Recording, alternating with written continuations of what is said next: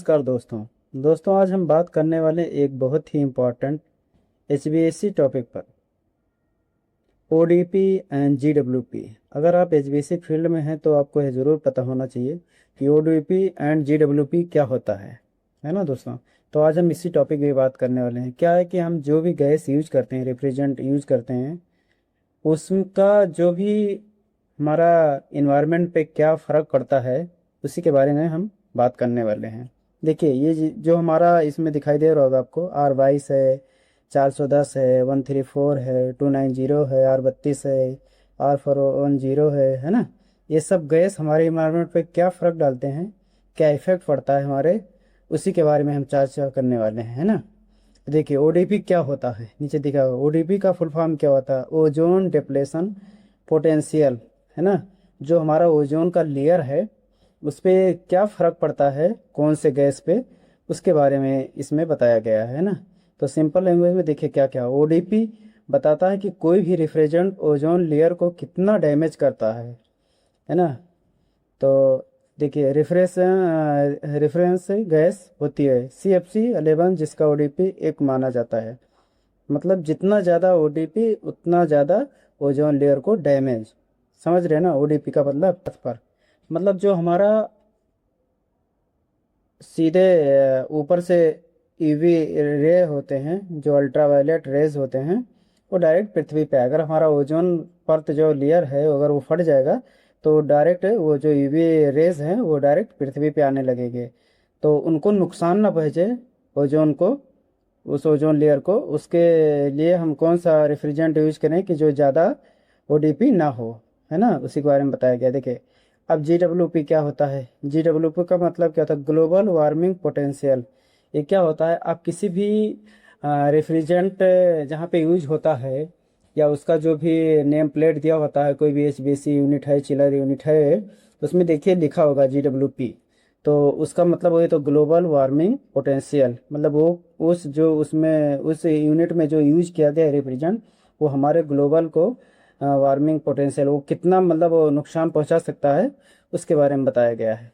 ये बताता है कि गैस ग्लोबल वार्मिंग में कितना कंट्रीब्यूट करता है ना। मतलब हमारा जो कार्बन डाइऑक्साइड होता है उसमें कितना कंट्रीब्यूट करता है। तो देखिए इसका रेफरेंस जो है होता है कार्बन डाइऑक्साइड, जिसका GWP 1 होता है ना। अगर किसी रिफ्रिजरेंट का GWP 1000 है तो वह CO2 से 1000 गुना ज़्यादा हीट ट्रैप करेगा। मतलब अगर जितना हमारा ज़्यादा GWP रहेगा उतना हमारा नुकसान करेगा इन्वायरमेंट को।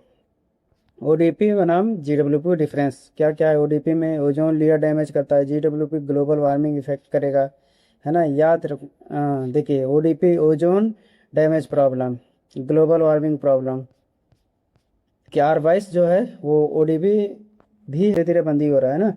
410 है ये सही है, ओडीपी 0 है इसका बट GWP हाई है।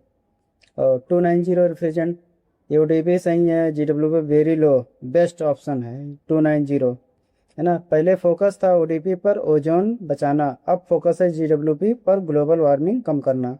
मतलब क्या है, ओडीपी को तो हम लोग कंट्रोल कर लिए गए हैं, लेकिन अब GWP जो हमारा रिफ्रिजरेंट प्रेजेंट टाइम में यूज हो रहा है वो ऐसा रिफ्रिजरेंट आ रहा है कि GWP ज़्यादा से ज़्यादा कम हो, है ना। फ्यूचर बिलोंग लो GWP रिफ्रिजरेंट। देखिए इसमें सब बताया गया है, जैसे R11 चलता था तो इसका GWP इतना दिया, ओडीपी इतना दिया था, है ना। देखिए कितना R12 का कितना ज़्यादा GWP है, 10,200 था ओडीपी एक। R22 का देखिए इतना है, 1810 है। R123 का इतना है, सभी R134 का 1430 है ना, ओडीपी 0 है।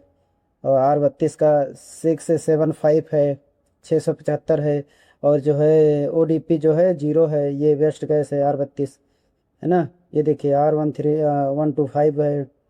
और R410 ये इसका GWP जो है 2088 यानी 2088 है ना। 407 का है, 1774 है, ये सबका हाई है GWP, बट ओ डीपी कम है ना। ये सब सारे गैस है। ओल्ड रेफ्रिजरेंट जो था 11 12 है ना, ये हाई डीपी हाई GWP था, ये सब बंद हो गया। R22 लगभग बंदी हो रहा है ना। प्रेजेंट में जो हो रहा है 134 है और 410 है, R32 है, ये सब गैस जो है ज़्यादा यूज हो रहा है। फ्यूचर रिफ्रिजरेंट होगा 1 2 3 4 वेरी लो GWP रहेगा।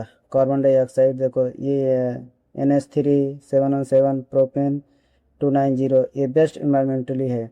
मतलब कहने का ये है कि जो अभी हमारा प्रेजेंट टाइम में जो रेफ्रिजरेंट आएगा और जो यूज़ हो रहा है उसका सीधा सीधा असर हमारे इन्वायरमेंट पे कम से कम पड़े, क्योंकि जो हम रेफ्रिजरेंट यूज़ करते हैं उसका ना कहीं कुछ ना कुछ जो है हमारे इन्वायरमेंट को वो इफ़ेक्ट डालता है। तो जी उसी का मानक है ये GWP एंड ODP, कि जो हमारा ओजोन लेयर को ज़्यादा से ज़्यादा सेफ रख सके और हमारा इन्वायरमेंट को जो ज़्यादा से ज़्यादा सेफ रख सके, उसी गैस को हम लोग यूज करते हैं।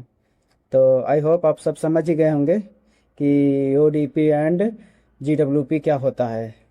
जो भी HVAC फील्ड में जॉब कर रहे हैं उनको ये जान लेना चाहिए क्या है, कि ये जानकारी रहेगा तो अच्छा है कि हम कौन सा गैस यूज कर रहे हैं और वो कितना हमारे उसके बारे में नॉलेज रखना ज़रूरी है। ओके, थैंक यू दोस्त। अगर आपको ये हमारा वीडियो अच्छा लगा हो तो please like share and subscribe ज़रूर करें। थैंक यू, मिलते हैं नेक्स्ट वीडियो में।